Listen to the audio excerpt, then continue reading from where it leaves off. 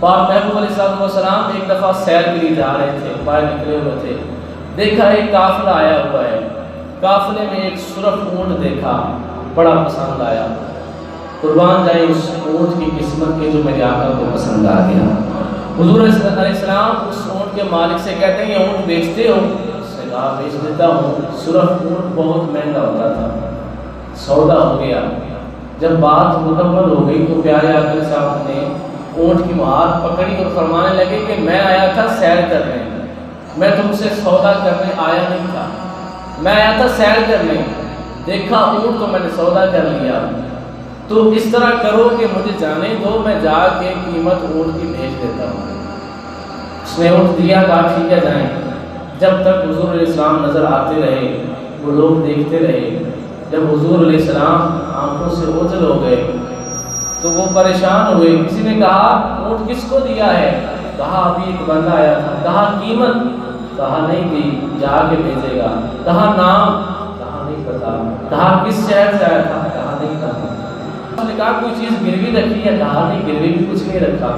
کہا نہ نام بتایا، نہ شہر کا نام بتایا، نہ اپنا نام بتایا، نہ کوئی چیز گروی رکھی، ایسے تم نے اونٹ دے دیا؟ تمہارے ساتھ بندہ نہیں تھا؟ کہا 5-6 بندے تھے۔ تو کہا کیا کر رہے تھے؟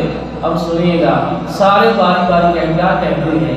ایک کہتا ہے کہ مجھے نام یا شہر یا گروی چیز رکھنے کا ہوش ہی نہ رہا، وہ بات کر رہے تھے، ان کے دانتوں سے نور نکل رہا تھا، میں اسی کو دیکھ رہا تھا۔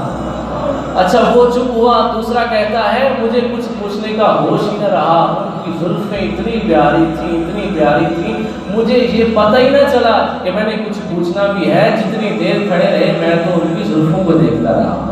تیسرا بولا کہتا ہے ان کی آنکھیں اتنی پیاری تھیں، اتنی پیاری تھیں، ایسا لگتا تھا جیسے آسمان سے کوئی نور آ رہا ہے تو سیدھا ان کی آنکھوں میں اتر رہا ہے۔ تو مجھے نہ نام پوچھنے کا ہوش رہا، نہ گروی چیز رکھنے کا ہوش رہا، نہ مجھے پتہ پوچھنے کا ہوش رہا، جتنی دیر کھڑے رہے میں تو ان کی آنکھوں کو دیکھتا رہا۔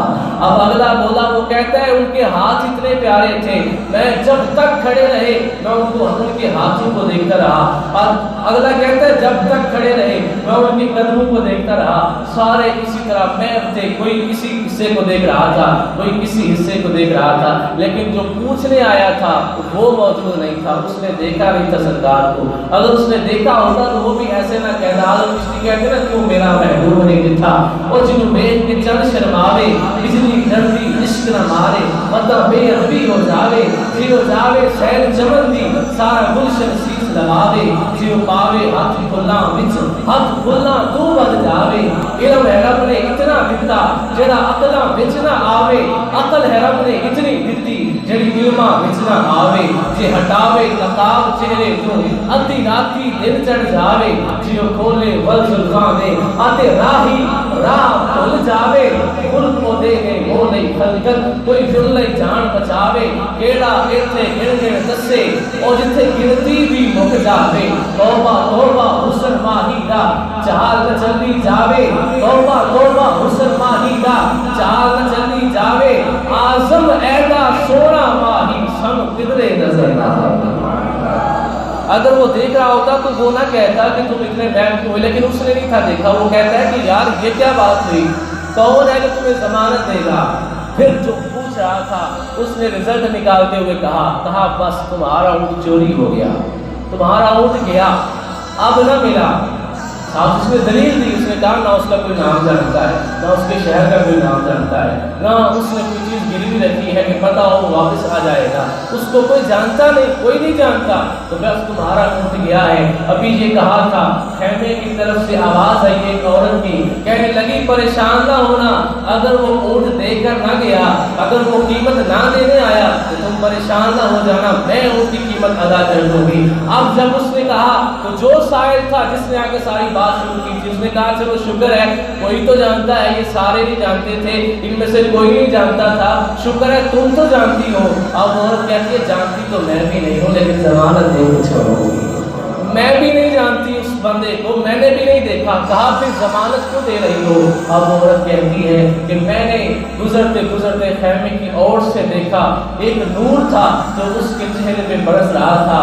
میرا دل کہتا ہے اتنا سونا چہرہ کسی جھوٹے کا ہو ہی نہیں سکتا. کبھی کسی جھوٹے کا چہرہ اتنا پیارا نہیں ہو سکتا جتنا اس کا چہرہ پیارا تھا. تو تم پریشان نہ ہونا، اگر اس نے اونٹ کی قیمت نہ دی تو میں اونٹ کی قیمت دینے کے لیے تیار ہوں. اب یہ ساری باتیں ہو رہی تھی. کچھ دیر کے بعد سرکار علیہ السلام نے 2 صحابہ بھیجے. وہ اونٹ کی قیمت بھی لے کر آئے، ساتھ ایک بہت بڑا ٹوکرا کھجوروں کا وہ بھی لے کر آئے. اب وہ صحابی کو آگے، وہ صحابی آتے ہیں، آگے کافلے والوں کو کہتے ہیں کون ہے جس نے ہمارے آقا علیہ السلام کو اپنا اونٹ بیچا ہے؟ اب وہ اگلے یہ نہیں کہتے ہم نے بیچا ہے، کہتے ہیں ہم سارے ہیں اور اونٹ بھی نہیں بیچا، اپنا دل بھی دے دیا.